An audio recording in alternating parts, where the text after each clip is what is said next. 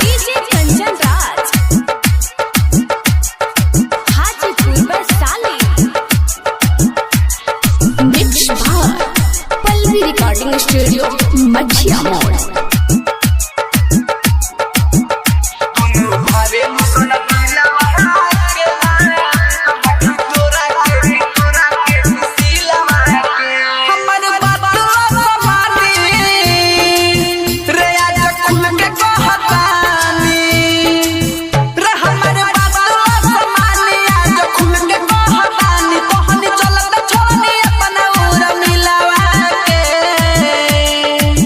भावेलू सोन दिलवा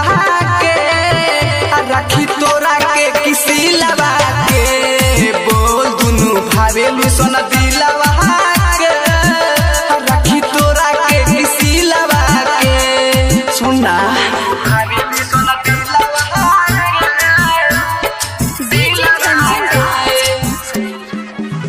दुनू भावेलू सोन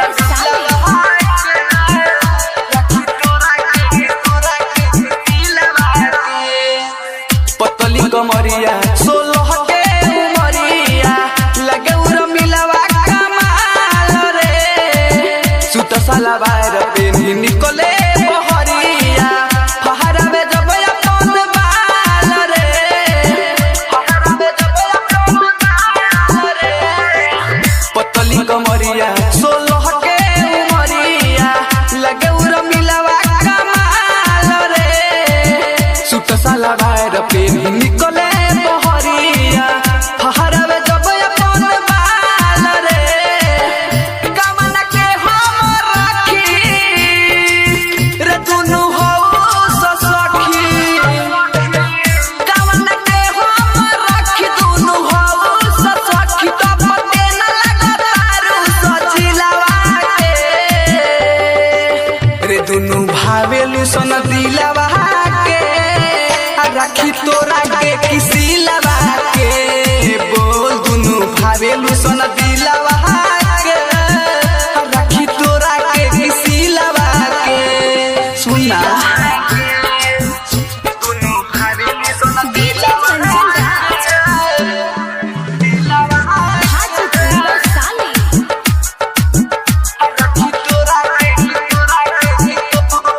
दिलवा के गोरबा बदनिया चढ़ल बा जवनिया दुहनु बारू हो सोना खास रे एगो के राखी तो एगो खिसियाले जाई हम कवना के पास रे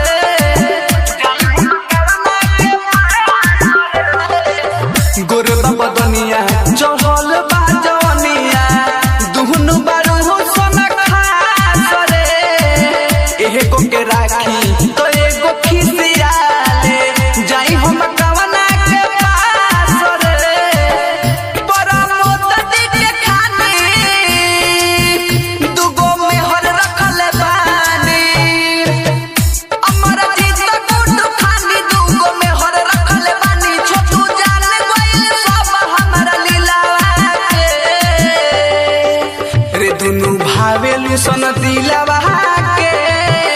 राखी तोरा के किसी लवा के बोल दुनू भावेलू सोन